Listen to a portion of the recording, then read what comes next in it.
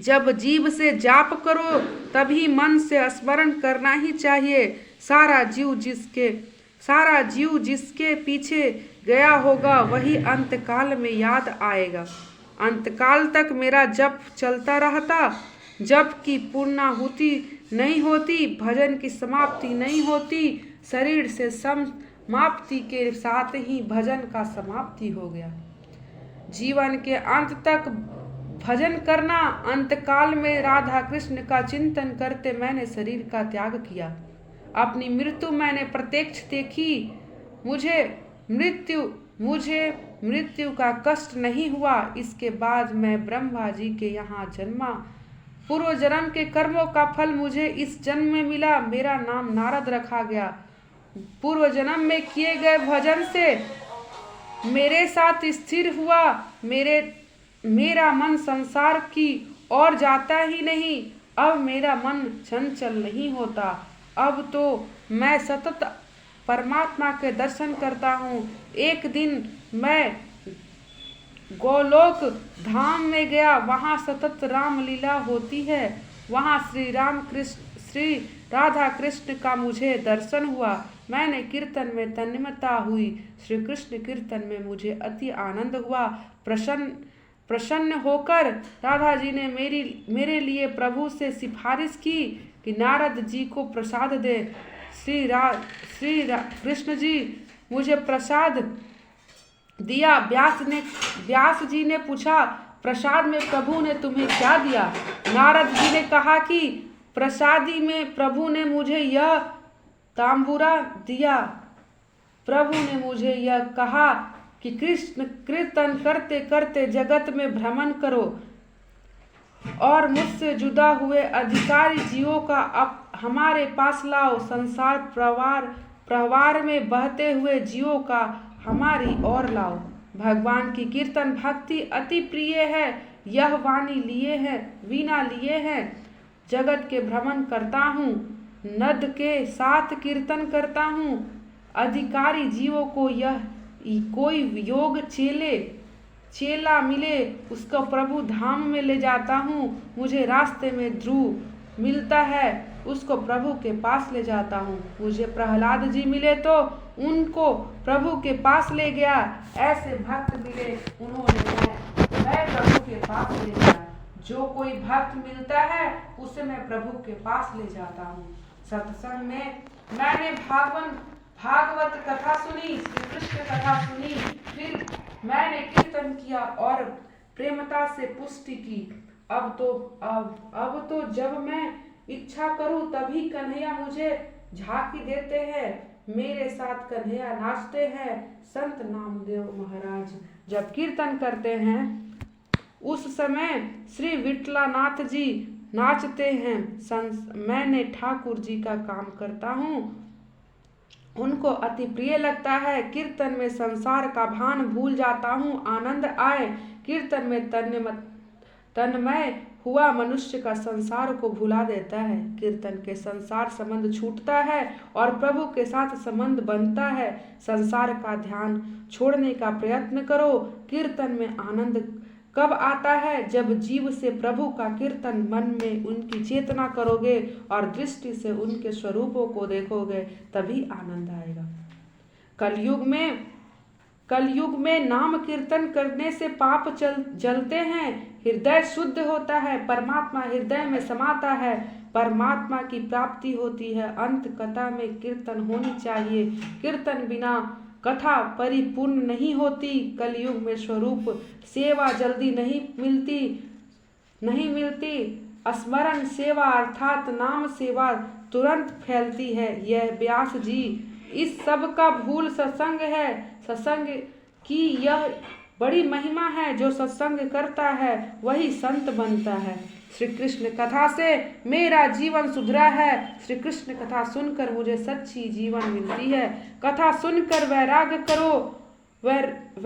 करो और स्वभाव को सुधारो, संयम बढ़ाओ और ज्यादा भजन करोगे तो सफलता जरूर मिलेगी। नारद जी व्यास जी से कहते हैं, आप मुझे जो मान देते हैं यह सत्संग का मान है।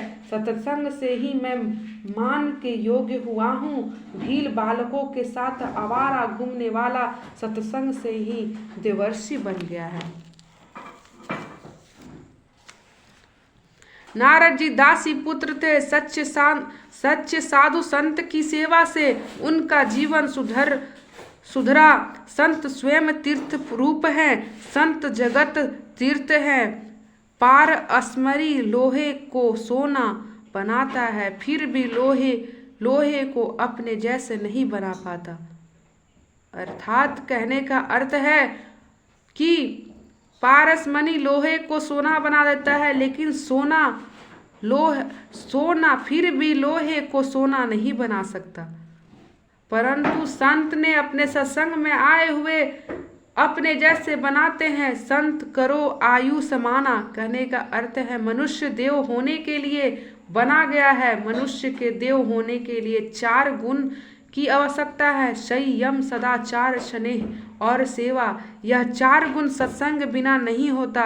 सत्संग का फल भागवत में बताया गया है। सत्संग से नारद जी दासी पुत्री से देवर्षि हुए हैं। मनुष्य माया का दास बना हुआ है। सत्संग से वह मुझसे छुटकारा पा सकता है। सच्ची भक्ति का रंग लगता है, फिर उसे प्रभु बिना चैन नहीं मिलता। नारद जी का यह चरित्र भागवत का बीजारोपण है। सत्संग और सेवा का फल बताता है कि चरित्र का उद्देश्य है, अतः विस्तार किया है। हमने यह देख लिया कि जप बिना जीवन सुधरता नहीं, दान से धन की शुद्धि होती नहीं, ध्यान से मन की शुद्धि होती नहीं और शरीर की शुद्धि स्नान से होती नहीं। परोपकार से भी मन की मलिनता पूर्णता नहीं धुलती है, इसीलिए ध्यान और जप की आवश्यकता पड़ती है। जप करने वालों की स्थिति कैसी होनी चाहिए? श्री ब्रह्म चेतना स्वामी ने कहा कि सहज सुमिरन होते हैं रोम रोम में राम, अर्थात जप की प्रशंसा करने हुए। गीता में प्रसन्न भगवान ने कहा है कि यगानुजप्या नसुजिगी, कहने का मतलब है रामदास स्वामी ने दास बोध में लिखा कि जप करने से जन्म कुंडी के ग्रह भी सुधरते हैं। 1 करोड़ जाप करने के तन सुधरता है, अर्थात आरोग्य प्राप्त होता है। 2 करोड़ जाप दिव्य सुख मिलता है, अर्थात धन की प्राप्ति होती है। 3 करोड़ जाप से प्रसार्म सिद्ध होता है, यश कृति मिलती है। 4 करोड़ जाप करने से सुख की प्राप्ति होती है। 5 करोड़ जाप करने से ज्ञानी को ज्ञान की प्राप्ति होती है। 6 करोड़ जाप करने से अंदर के शत्रुओं का विनाश होता है। 7 करोड़ जाप करने से स्त्री के सौभाग्य का सुख मिलता है। स्त्री को पति का सुख और पुरुष को पत्नी का सुख मिलता है। 8 करोड़ जाप करने से मरण सुधरता है, आप मृत्यु टलती है, मृत्यु स्नान सुधरता है। 9 करोड़ जाप करने से इष्ट देवी की झांकी होती है। परोक्षानुभूति देती है। जिस देव का जाप करते हैं उस देव की सहगुण स्वरूप का साक्षात्कार होता है।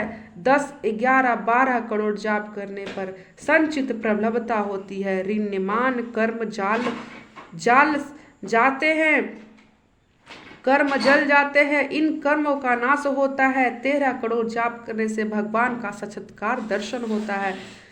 नारद जी व्यास जी से कहते हैं कि त्रया आप ऐसी कथा करो कि जिससे सुनने वालों का पाप जले, उसका हृदय पिघले। अपने अब तक ज्ञान प्रधान कथा बहुत की है, परंतु अब प्रेम प्रधान कथा करो। आप ऐसी कथा करो जिसके साथ हृदय में श्री कृष्ण प्रेम प्रकट हो। कथा का तात्पर्य नारद जी से बताया है। कथा सुनने के प्रभु के प्रति प्रेम जगे और संसार के विषयों पर प्रति वैराग्य जगे, और तो कथा सुनी कहेगा। नारद जी ने व्यास जी को ऐसी आज्ञा दी कि कृष्ण नीला में नीला होकर कथा कहेंगे, तो आपका अब आपका और सबका कल्याण होगा। व्यास जी ने कहा कि आप मुझसे कथा सुनने।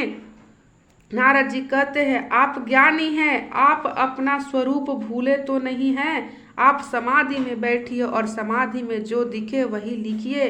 वही मूर्ख ज्ञानेन्द्रिय तो न अंत मूर्ख करो दे साथ समाधि, अर्थात ईश्वर के समीप पहुँचती है। ईश्वर के साथ एक होने ही समाधि है। ईश्वर में लीन होना ही समाधि है।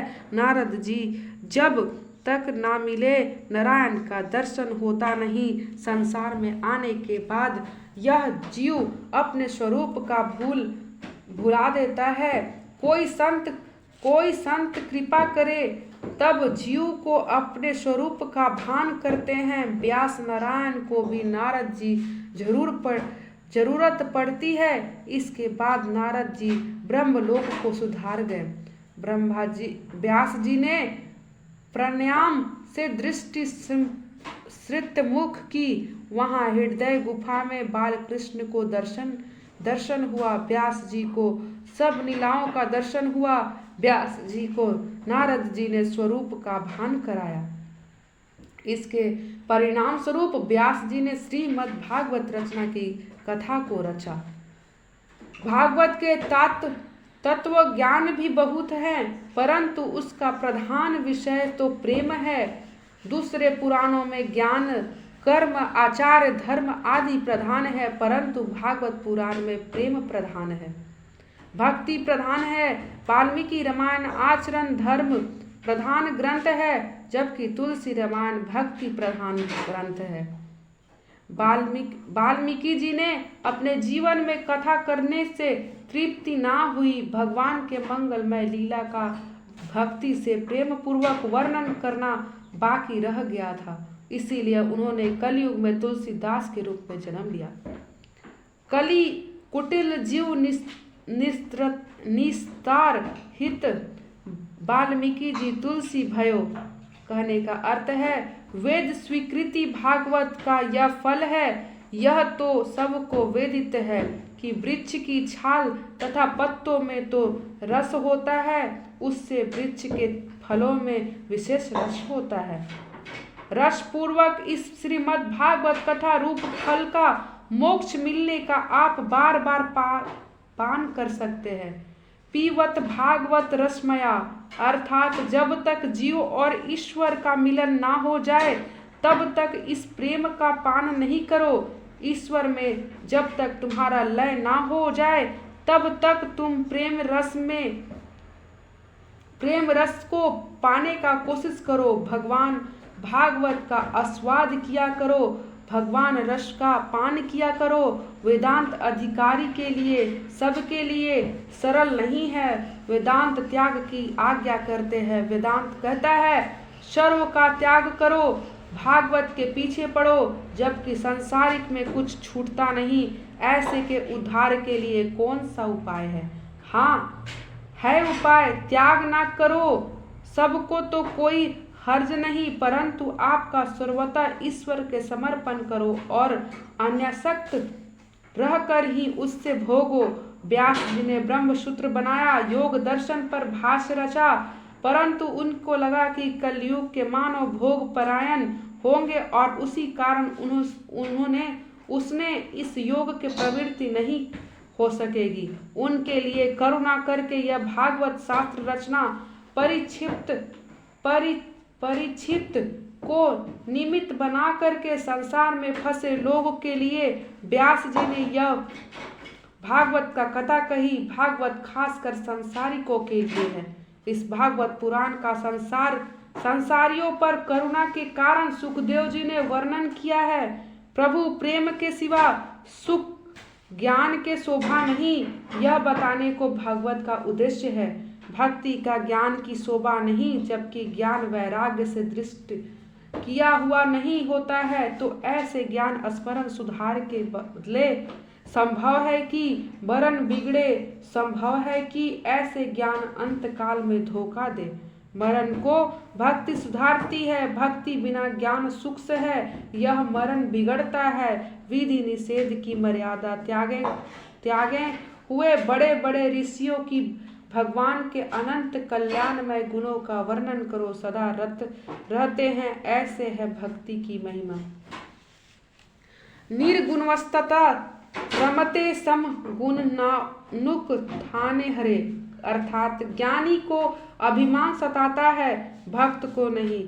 भक्ति अनेक सत्गुणों की लाती है, भक्ति सर्व गुणों की जननी है। भक्त नर्म होता है, भक्त विनती बनाता है, भक्त कथा जो कथा पाप दूर करे, प्रभु के प्रति प्रेम जागृत करे, वही सच्ची भक्ति है। भगवान के कथा और भगवान के स्मरण से हृदय को आर्द्र बनाओ, उसके मंगलमय नाम का जप करो, यही कलयुग में मुक्ति पाने का मार्ग है।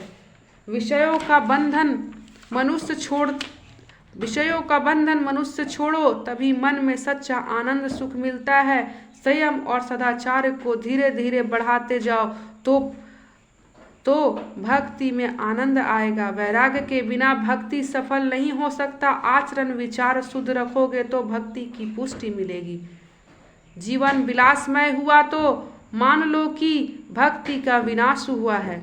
भागवत शास्त्र मनुष्य को काल के मुख में छोड़ता है, यह मनुष्य को सावधान करती है। काल के मुख से छुड़ाता हो तो काल के लिए भी काल श्री कृष्ण की शरण में जाओ। जो सर्वस्त्र भगवान पर छोड़ते हैं, उनकी चिंता भगवान स्वयं करते हैं। महाभारत के युद्ध में दुर्योधन के तना देने वाला भीष्म पितामह ने प्रतिज्ञा की थी कि कल मैं अर्जुन को मारूंगा और मैं मारूंगा।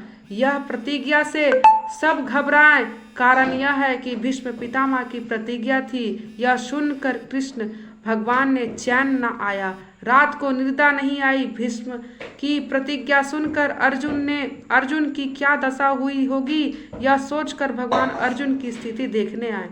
जाकर देखा तो अर्जुन तो शांति से गहरी नींद में सो रहा था। भगवान ने सोचा कि भीष्म ने ऐसी प्रतिज्ञा की है, भीष्म की प्रतिज्ञा है, तो भी यह तो शांति से सो रहा है। उन्होंने अर्जुन को जगाया और पूछा, तुमने भी भीष्म की प्रतिज्ञा सुनी है ना? अर्जुन ने कहा, हाँ सुनी है। श्री कृष्ण ने कहा, तो तुमने मृत्यु का भय नहीं है, चिंता नहीं है? अर्जुन ने कहा, मेरी चिंता करने वाला मेरे स्वामी है। यह जगता है, इसीलिए मैं सोया करता हूँ। वह मेरी चिंता करेगा, मैं किसके लिए चिंता करूं? इसीलिए इस तरह सब ईश्वर पर छोड़ो।